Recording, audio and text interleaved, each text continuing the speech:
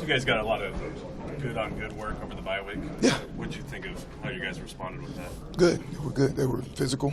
All right, they were physical practices, and our guys responded well. Really excited about the way they came back and attacked it. So. Did they carry it over from last week to this week? Yes, sir. Yes, they did. Absolutely. What were you hoping to accomplish specifically with your group over the last week and a half? Oh, just for our guys to get more locked into one another.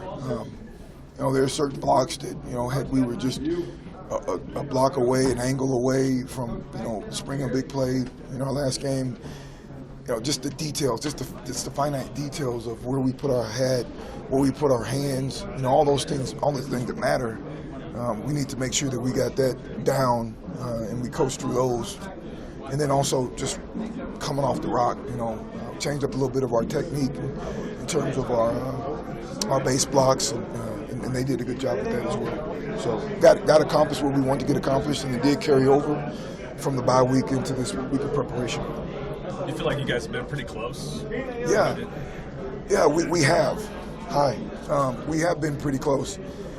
And like I said, man, it was just an angle. You have a plan, and if you watch the film from last game, centering what we call our A blocks. We had a plan on the backer filling front side. The guy ended up filling backside. It took us a couple drives to kind of get to the understanding that, hey, that guy is actually fitting it a different way. So let's make that transition. We did it, and by the end it was like, hey, if we had just got that block accomplished, we big yards, in those plays. So, it's stuff like that where you just got to continue to work. You're working with young guys, new guys. You got to make those transitions, and you got to be able to execute in the middle of a game, and make that adjustment. So we put them in scenarios like that.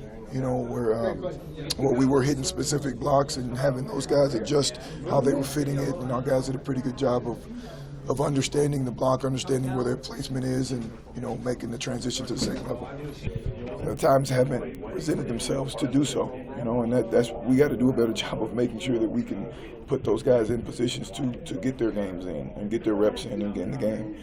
The only thing you can go by is, we had some opportunities in the NIU game to get like Bryce Benhart some reps, and he did a pretty damn good job as he stepped in there, and, the game was not too big for him.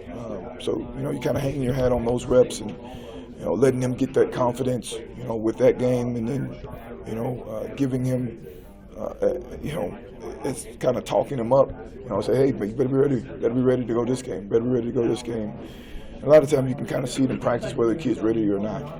So that's what you have to go by. How much conversation do you guys have with the redshirt rule of just kind of going, okay, we've got 3 games left? A lot. We do. Has that really changed for you as a coaching staff because of the way that rule is now implemented? Yeah, because you have to talk through those scenarios. Like Luke McCaffrey. Noah's helmet went off. Who's the next quarterback in? It's Luke 4 play, now you just burn the game. Those are things that you have to talk through.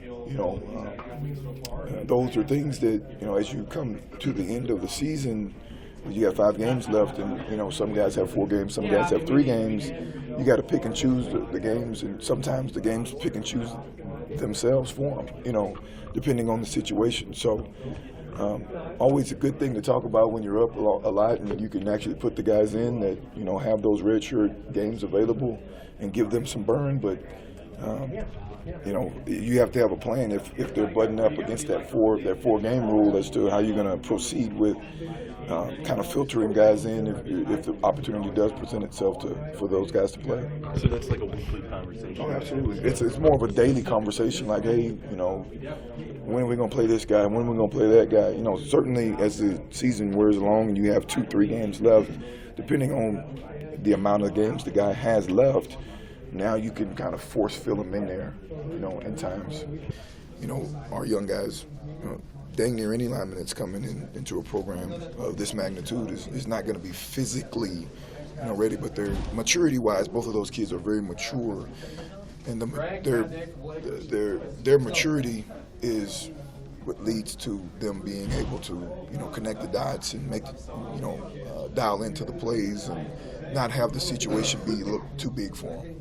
And both of those guys are mentally mature and ready from that standpoint. sorry if you were asked this earlier, but how did you think that Brock played at guard against Minnesota in the second half, and can he give you more there as the season goes on? Yeah, he can. It was pretty good.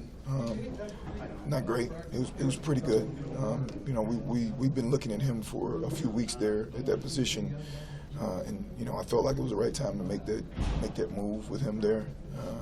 And he did a pretty good job. You know, Brock is a kind of a utility guy. He's played tackle, he's played guard, and you know, the more reps he gets, the better he gets. And you know, we hope we can get him in for more of these reps at the most critical times in the games, get a rotation going inside, so that we can stay healthy inside. You know, that's one of the things that we must do is stay healthy inside, get those guys. Get some reps going for multiple guys in there as we kind of try out some new lineups in there. So do you go back to Trent with the idea that you're going to rotate, or do you have a plan on how that? Yeah, we have a plan. We have a plan. How do you feel like Frost sort of navigated this season? There's a lot going on with facilities and players and all that. How do you feel like he's kind of managed this as a leader? What have you seen from him? Because you've been with him for a while. He's been steadfast. You know, he knows where we're weak. He knows where we're strong. He knows that this team needs leadership. He knows that, you know, we have, you know, we got a big road ahead. You know, we got to build this program, and you know, he takes that into consideration. And a lot of his speeches are about, you know, building and process. And he's a positive leader. He's, you know, a guy that I know is going to be resilient. He's, you know, every day he comes in and he has this drive to just get better. And problems, he attacks them, doesn't cower away from them, as true leaders do, and he'll keep it.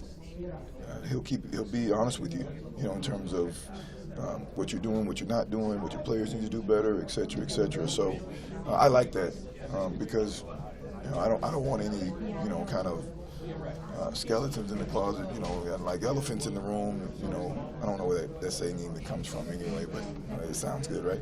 But no, he's a guy that he's going to keep it forward with you. You know, he's going to talk directly to you, and I'm, as a, you know, young coach, I'm actually looking at him like, you know, how is he handling all of this? You know, this place can be very, you know, you're the only show in town, so you know, everybody's looking at you to, you know, crumble during tough times, and you know, be really proud of yourself during times where you are victorious. You know, and he's very even keel, and he's taking an even keel demeanor. He comes to practice, you know, and the guys, you know what his expectation and his standards are, and he's actually been very good through this period of. This is genuine. Last question, guys. Like when you look at the scholarship chart, anybody who looks at the scholarship chart can tell it's a young team. Are there things that you got to do with young guys? You have a lot of young guys in your room that you wouldn't normally do if your team was, I don't know, 45, 50% seniors. I don't know. I've never had a 45, 50% senior team, to be honest with you. You know, at Oregon, we did put a lot on the leadership. We did. We put a lot of those guys. There was a lot of horizontal leadership at Oregon. You know, here it's more vertical leadership. Why? Because we are still young. You know, even Adrian being a true sophomore, you know, he's young. A lot of our guys, my guys are actually the older guys, and I don't have a senior in my room. You know, so it's you know, it's still more vertical leadership, and the best teams are the horizontally led teams, the teams that hold each other accountable, that make sure that the man to the right and to the left of them is toeing the line, you know, that's upkeeping the standard. So, you know, as an organization, you know, as we move forward, you know, that's what we're looking for, to get older and to be more horizontally led.